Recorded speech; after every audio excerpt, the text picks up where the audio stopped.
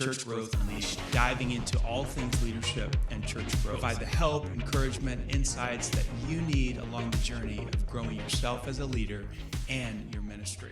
Well, welcome to my brand new podcast, Church Growth Unleashed, where we talk all things church growth and leadership. And I have the privilege today of being with one of my good friends and ministry partners, Shawn Lovejoy. Shawn, thank you for being with us here today in the studio. Hey, man, it's an honor. It's exciting to have you in town in the flesh. Yes. So, Shawn, if you don't know who Shawn is, back in 1999, Shawn planted a church in the metro Atlanta area. That church grew to over 2,000 people in 15 years before he handed it off to the next generation of leaders. That church is still doing well. Very, very hard to do. Maybe someday we'll dive into that story. But Shawn has had the opportunity and privilege of working with some of the greatest pastors and leaders in our country, rubbing shoulders with them, learning from them, being mentored by them, helping them to grow their ministry and their church. And now he's here today to share some of that wisdom with us. He is the CEO of Courage to Lead, an organization that works with over 100 leaders and organizations in developing their teams, developing their leadership culture and their systems. He's authored 3 books. I have all of them here today. Be Mean About the Vision, Measuring Success, and his most recent book, Killer Team: How to Develop a Team Without Killing Yourself, with killing yourself or without killing yourself or your team. Boy, I botched that up. You got it, man. I've read those, Shawn. Great books. He's also the host of the Courage to Lead podcast and Courageous Pastors, and he's married to his wife Tricia for 30 years. Has 3 children and 2 grandchildren. And thanks for being here. Hey, it's an honor, man. So excited to have you. So, Shawn, today, I want to dive into the topic of vision. You've worked with churches, small churches in the hundreds, up to churches in the thousands, multiple thousands, and you've helped them to reach people with the gospel. You've written an entire book on vision. You've seen the power of vision. The Bible says where there is no vision, the people perish. I want to talk to you specifically about that.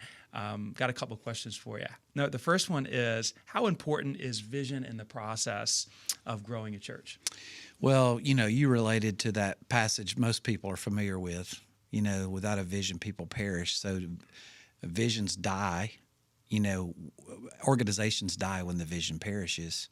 But every organization has always begun with a vision and what they thought was a vision from God, every good thing, every believer.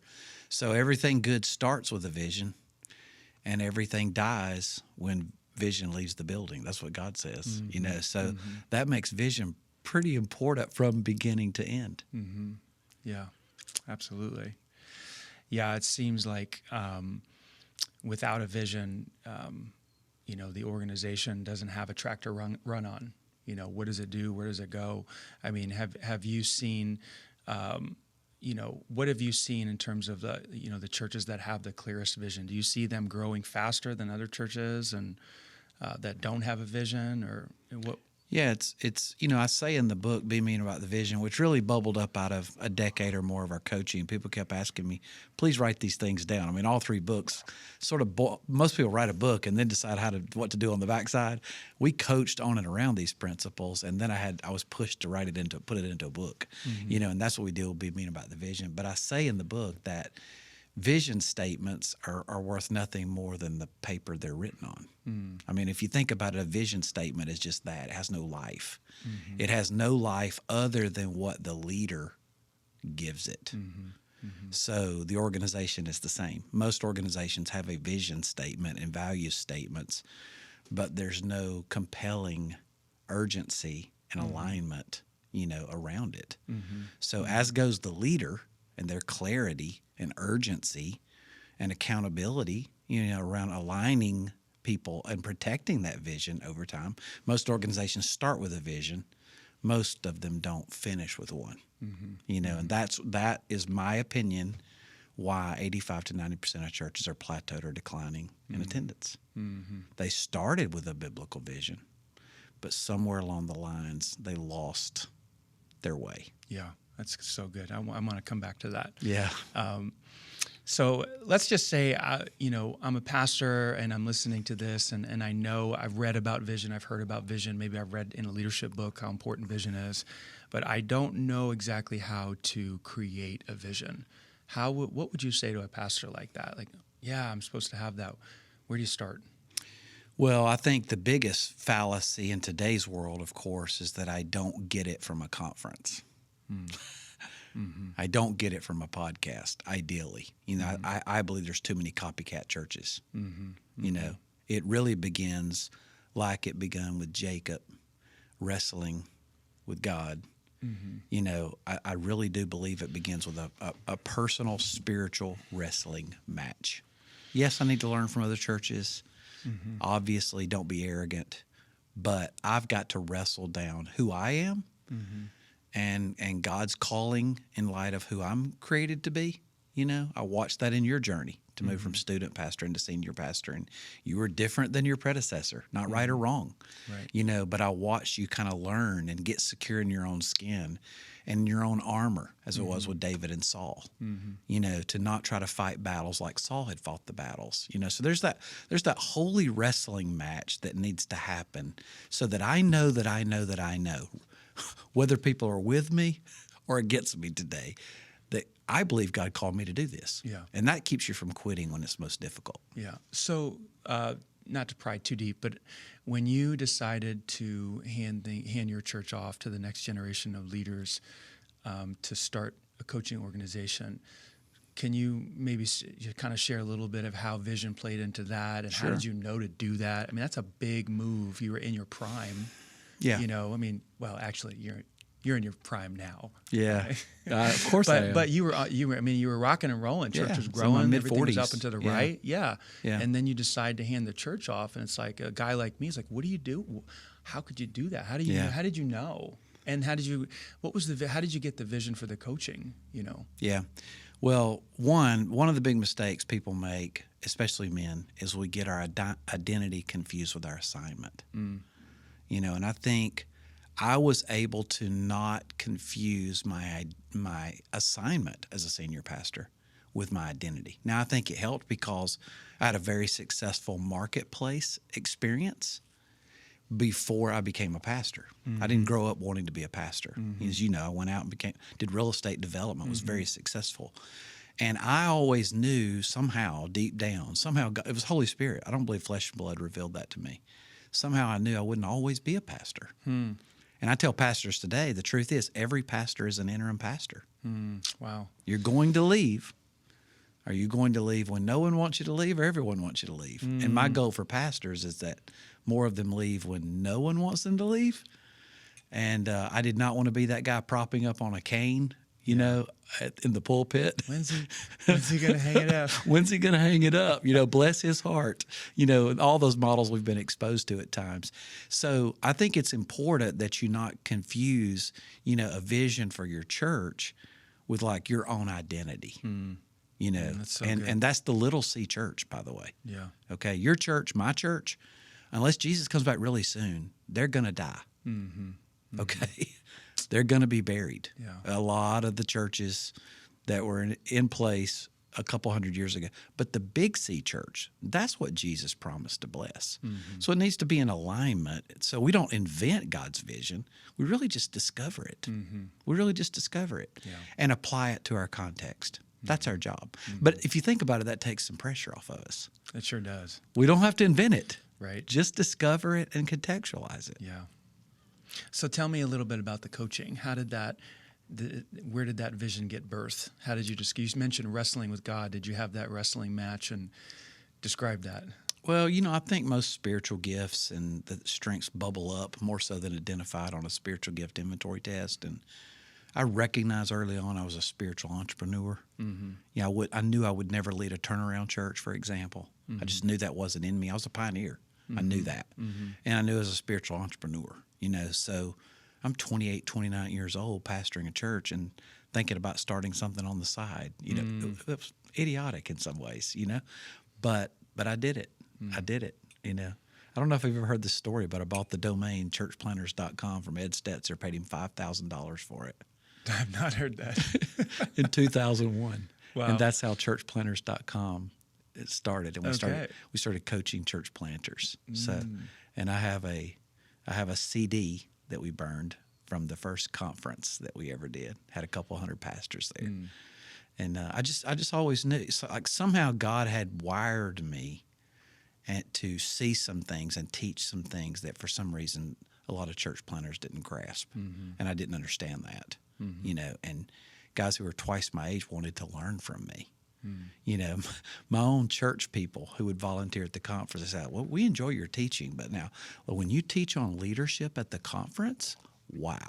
So they're telling me. So you got affirmation. Yeah, you get feedback from the body about what you're good at and what you're better at along the way. Sure. Yeah. There's some topics I preach about in a better way than other topics. True.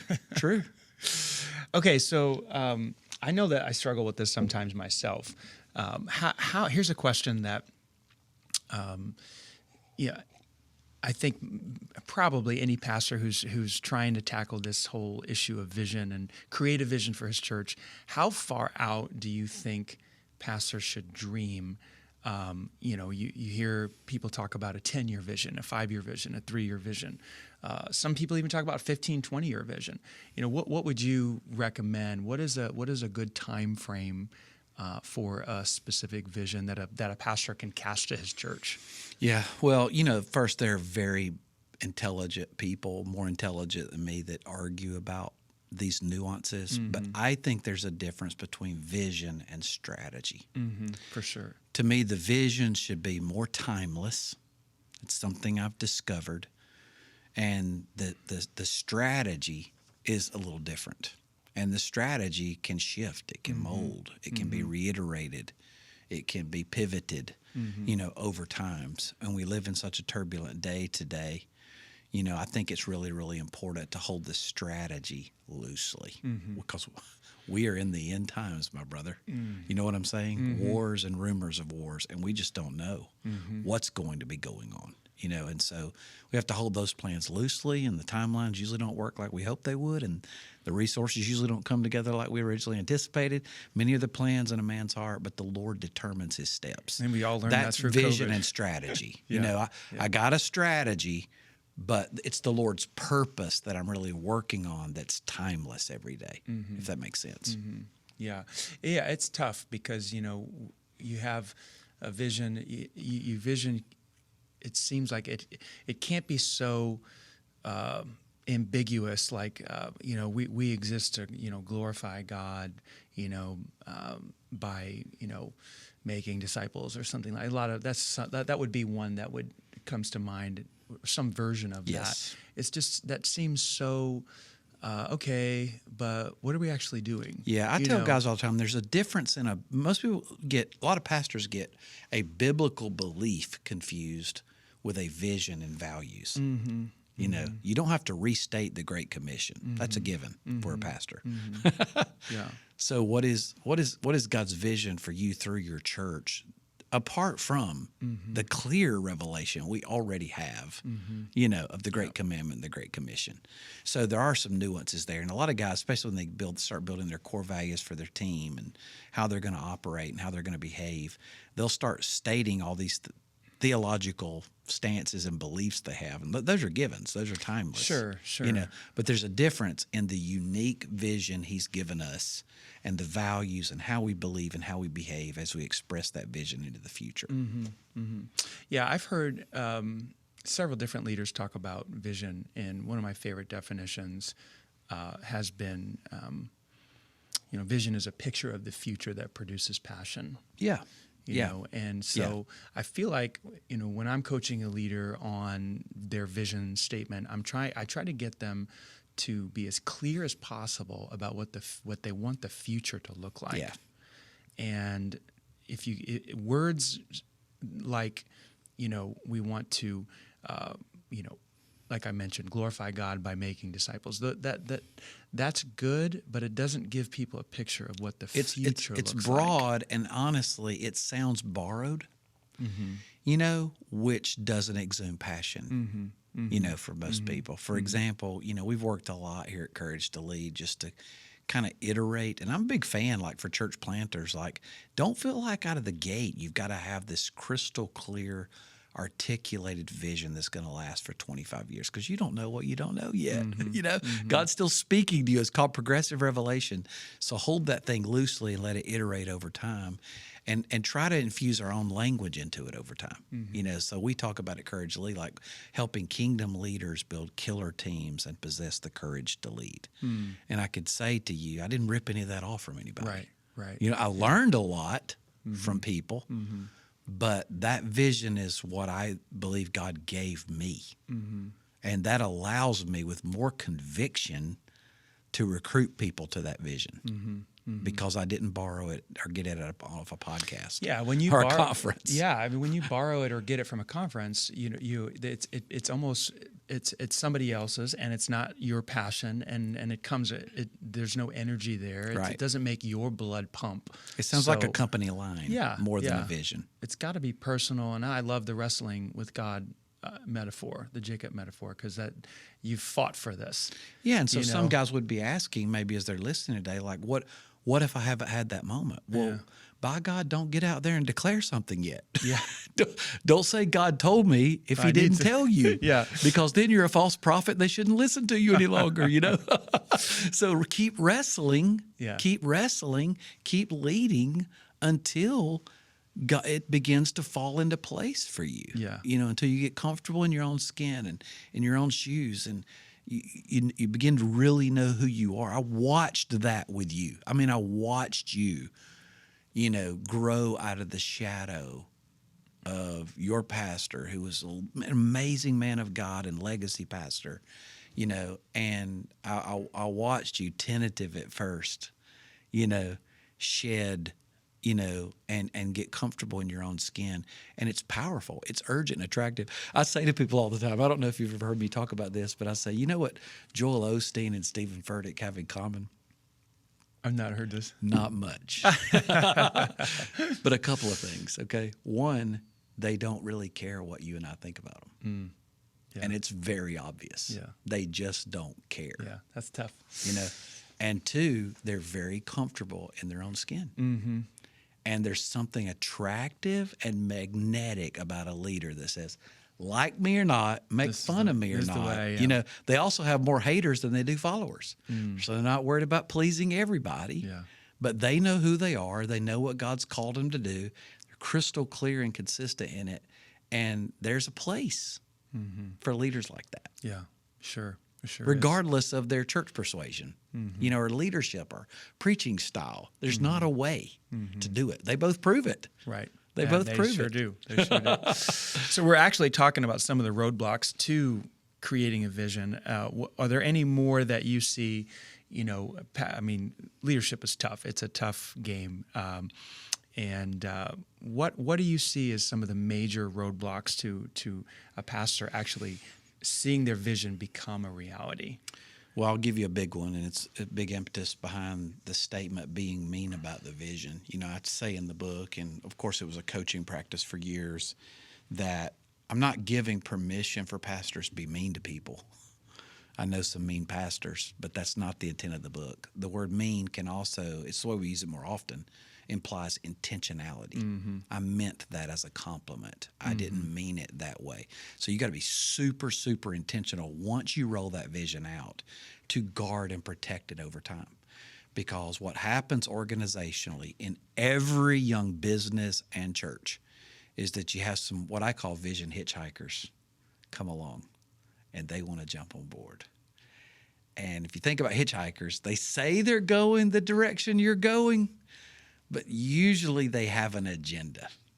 Oftentimes they have another agenda. And if you're not careful, vision hitchhikers will become vision hijackers. So there is that intentionality to okay, the reason why I've got to be sure God told me this, if it's my vision, we're in deep weeds. If it's his vision, I cannot let one person or a group of people take it, take the wheel, and steer us off course. And if we're not courageous and we're not intentional, many, many times, early on in a church plant, I'm talking sub 100 people, 30 people, 50 people, much less at a 500 and 1,000 and 2,000 and 5,000. If you're not super intentional to be proactive and sometimes even a little bit mean to filter out the vision hitchhiker, would-be vision hijacker, most of the time we're one or two blessed subtractions away from supernatural impact and growth. But we shrink back from having those conversations. It's the biggest, most common one I see. And isn't that based in fear? I mean, we're just afraid. It's based in fear. And God did not give us a spirit of fear. Right. Yeah. So where does that come from? And oftentimes it's the most influential person. It's the loudest person. It's the biggest giver. There's a reason why the enemy works this way, and we're worried about who we're going to lose when in reality, we're losing a whole lot more. Yeah. And if you think about it, I say it in the book, it is the intent, it is the essence of missing the mark, which is the definition of sin. So if this is God's vision and we know someone is trying to steer it in another direction and we don't do anything about it, we're going to be held. Boy, that's at a stricter standard for that. Yeah. So even though no one, I've never heard anybody say, I love conflict and I love confrontation and I love running people out of my church. But you got to know that man, I've got to protect God's vision. I have to. Yeah, I'm commanded. Yeah. It's my responsibility. Yeah. I don't want to have this conversation. I am afraid of what could happen and the fallout or whatever. But I have to be obedient. I have to be obedient to God. Though none go with me. Yeah. And we've both had moments like that. We're like, are we about to lose everything? I mean, you had moments like that. Oh my gosh. That's too many. Yeah. Well, so what allows you to stand in there and be courageous? It's like, as best I know it, this is not about me. As best I know it. This is about trying to be faithful to God and what He's called me to do.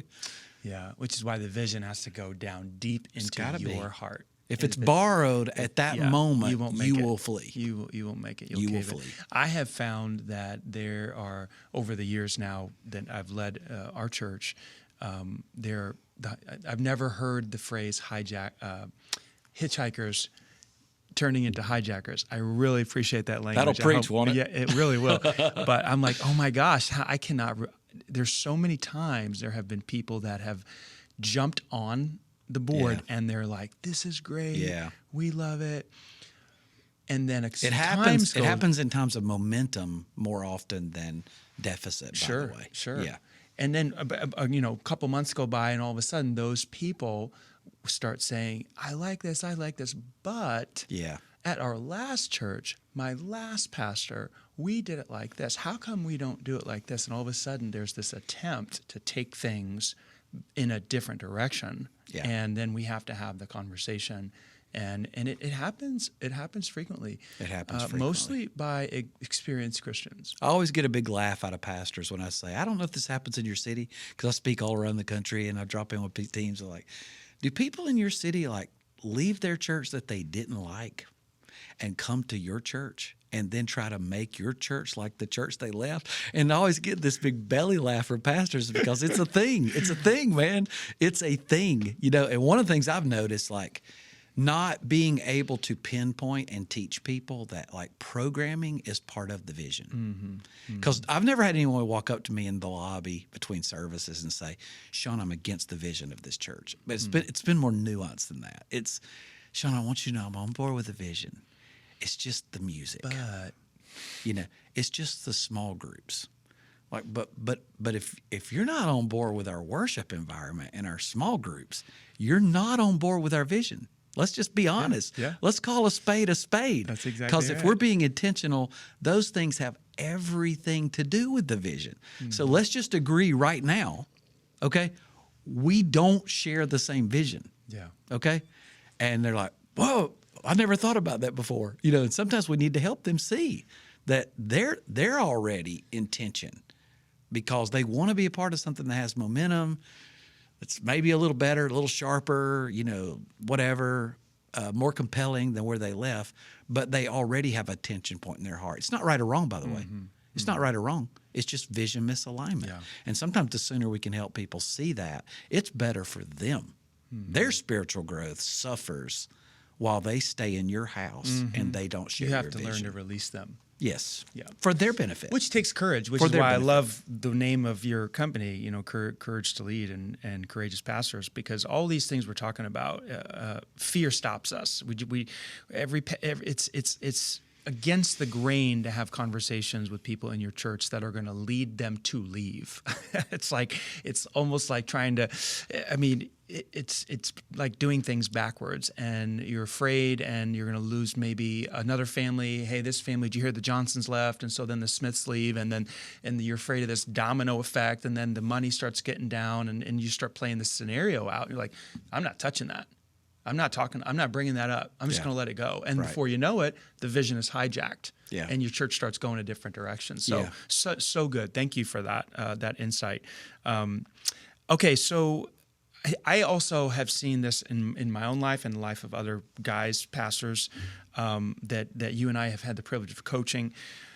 Is sometimes I feel like pastors don't really know, like, what are the steps to actually implement a vision? Like, what are those strategic steps? How do I actually do it? Like, pastors are preaching, they're doing funerals, they're doing weddings, they're busy, they're going here, they're going there, but oftentimes that the growth of the church or implementing the vision gets put on the back burner because they're unclear, they don't know exactly what to do. Can you help us today? Sure.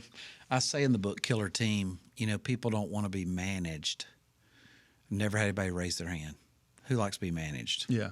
You know, but people do want to be led. So as the typical senior pastor or leader on a ministry team, one of the big shifts we've got to make with our time and our energy and our attention and our communication is move from manager, oftentimes micromanager, to monitor, to leader and vision caster. And that's a process to get there, to let go control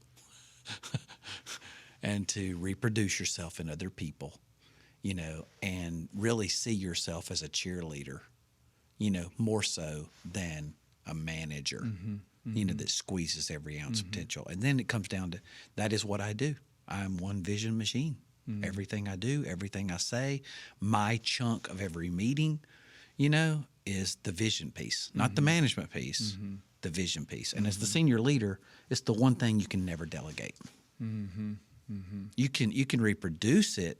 People can take chunks of it, but there's one thing you can never exactly replicate or delegate, and that's the vision, because you're the mouthpiece.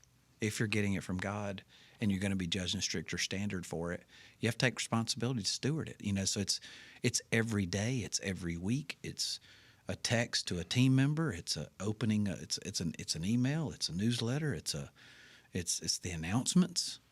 It's everything. We in our worship services, we would never even call them the announcements. We called it the STV, the Share the Vision time. Like if it wasn't about broadcasting and clarifying the vision, it wasn't worth 180 seconds in our service. Oh, I wish more pastors would hear that. Just everything we did, and stop giving announcements. And in seminaries, they teach you to teach content, when in reality, we should start with the vision. Yeah. What is it that we want people to accomplish? Where is the body in deficit? That decides what I teach on. Not what's cool, what's intellectual, what will help everyone's IQ grow, will give them something deep. That's the wrong approach to preaching. If we would start with the vision element, where is the vision right now in deficit in the body? Where is the need? Where's the body in deficit of the vision? That's where I should focus all my teaching, to get the vision. Either it's the vision or it's not the vision. What are we doing? Yeah. Are we just teaching every week, or are we taking people further down the road of the vision that God's given us? And then, of course, the call to action. A lot of pastors don't even think through that from their sermons. It ought to have everything to do with the vision. It ought to have everything to do with the vision. Yeah. So it's literally everything we do. It's everything we do. It's tied to the vision. So let's say I'm a pastor of a smaller church, and I'm listening to what you just said about, going from, monitoring to managing to, you said cheerleading, which I love that progression. but I'm like, dude, my church is 150 people, and I have to manage. I have to do everything. I don't have where does a guy like that begin to even think that that's a possibility? Yeah. And I know I'm not in that situation, but a lot of guys are. Churches are not that big, and they don't have this team of people. What words of encouragement would you give them? It's tough. That's Do a I tough have question. permission to coach on this podcast? Absolutely. Today? You Okay. are coaching. What you So- just said about teaching, I hope you guys heard that. I love what you just said. So that was total coaching on the preaching side of things. Start with the deficit. It's all about the next vision. thing I would say is, Pastor, I love you, but you're not as gifted of a preacher as you think you are. You are not God's gift to humanity in the pulpit. And in most churches, especially of 150, there are anywhere from 2 to 10 men that could probably carry the stage. 70% as effective as you. And most pastors of small, mid-sized churches are what I call overexposed. It's the Moses Jethro dilemma. Moses was a great leader, overexposed. Jethro comes along and says, you're solving every problem. You're the one in front of everybody. Everybody's tired of hearing you, Moses. And so all of a sudden you go from 52 times a year. My first 2 years, I preached 100 and something Sundays. I did not take a Sunday off. I would not. No one could do it as good as I could. Oh boy. At least that's what I thought at 28 years old. Okay, and on the heels of that, so my wife called me on the carpet, and we had our roughest year of marriage. And the church was the most unhealthy it ever was. So by teaching less, the church got healthier, and I could work on it instead of in it. So you got to let go of perfection. You got to let go of control. You can have control or you can have growth. You can't have both. So the first thing you could do is, I tell guys all the time, like, I can give you 8 or 10 Sundays right now that you'll have 0 guests in your church. 4th of July, Memorial Day, the weekend after Christmas, basically the whole month of July in most churches. There's 8 or 10 Sundays you're going to have 0 guests in the house. I don't preach on any of those weekends. I know you don't. I never did either. The weekend after Thanksgiving, there's really quickly 10 or 12 Sundays you could take off. You should not be preaching. You could work on the ministry and not in the ministry. Yeah. And 12 times 40. Okay, think about how many hours you just got back for you, yourself, your family, but frankly, to be filled up again. So you've got to be able to take chunks of what you do, look for some opportunities. And same can be true for the worship team, the worship pastor, the children's ministry, the student ministry. Look for some opportunities, some weekends, some environments where the B team can get a shot.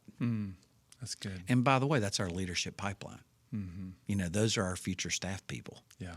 Those are our future campus pastors. Give them some at-bats. They'll never get better if we don't provide them an opportunity to get in there and mess it up some. Somebody gave us the opportunity. Somebody gave us the opportunity, probably on Memorial Day, the first time.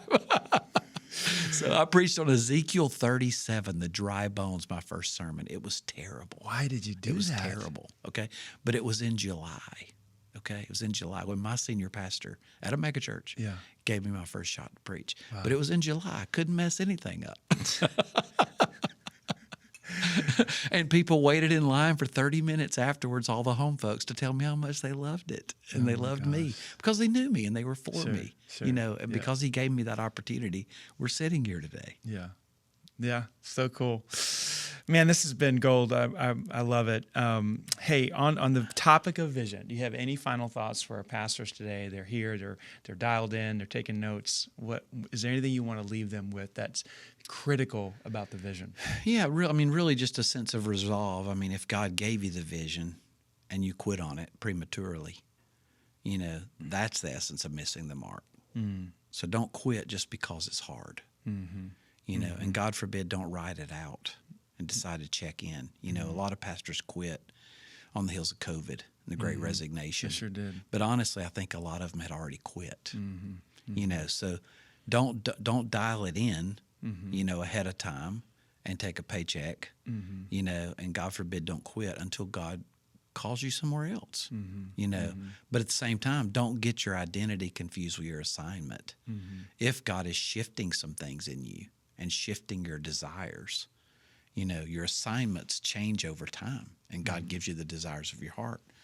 So maybe it is time to pray about in some cases, handing it over. I know as I was recording this podcast, you've got a pastor you're talking to that's thinking about handing over his church and going into a new arena of ministry. And God, man, it's creating opportunity for him.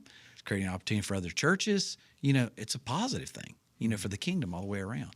So praise God for that. And just be faithful to who you are as God moves you from assignment to assignment, over time. So good. It's awesome. Hey, guys, the book is Be Mean About the Vision. You can get that anywhere that books are sold. So pick that up. I promise you to be a blessing to you. Shawn, thank you so much for being in the studio today. I know you've given our audience some great content that they can grab hold of, put it into action right away. So thanks for being here, and God bless you guys. We will see you next time on Church Growth Unleashed.